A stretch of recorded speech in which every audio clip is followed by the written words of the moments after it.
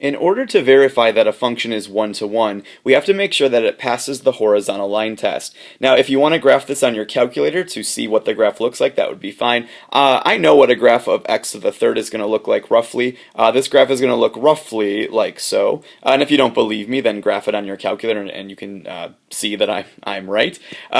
This graph then does pass the horizontal line test. No matter where I draw a horizontal line, it only intersects one time. So yes, this graph is in fact one-to-one. That's good because what that means is the inverse of this graph will also be a function. So the second part of this question said find the inverse. So to do this, as we've always done when we find inverses, is I'm just going to switch around x and y. Remember, f of x is just a fancy looking y.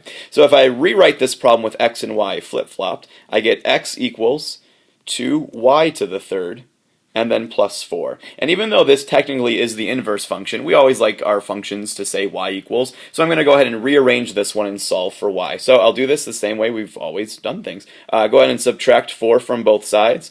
So x minus 4 would equal 2y to the third power. Next up, let's divide by 2.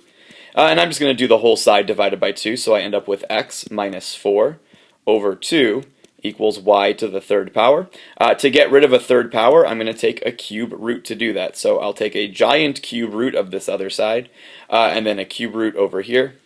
Those will cancel out, and if I go ahead and rewrite this problem, make it look a little bit neater, I'll end up with a final inverse function of y, or if you want to be really fancy, our inverse function notation is this, the f of x with a little -1 in there. So you could use either one. But anyways, y equals the cube root of x minus 4 over 2. A cool way to kind of check, not officially check, but kind of check these, is to graph both functions on your graphing calculator.